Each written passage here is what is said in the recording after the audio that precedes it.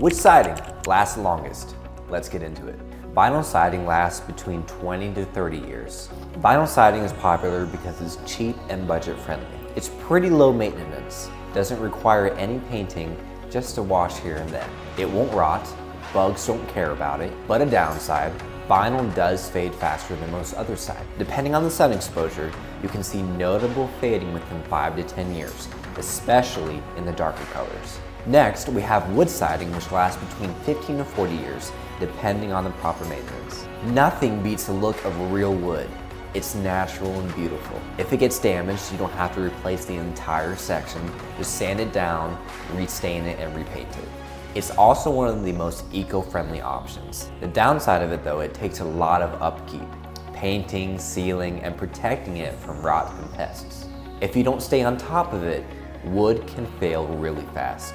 The next siding is engineered wood, which lasts between 30 to 50 years. With engineered wood, you get that real wood look without having to pay premium prices. It's lightweight and really easy to install. It's more resistant to moisture than natural wood, so less warping and rotting. But if the protective coating gets damaged, water infiltration is a real risk.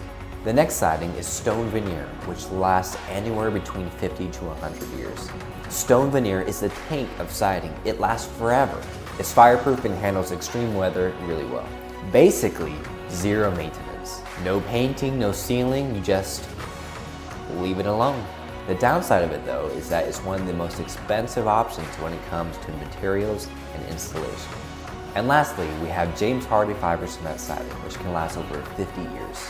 This stuff is built to last. It resists fire, moisture, and bugs. It won't warp, crack, or rot like wood.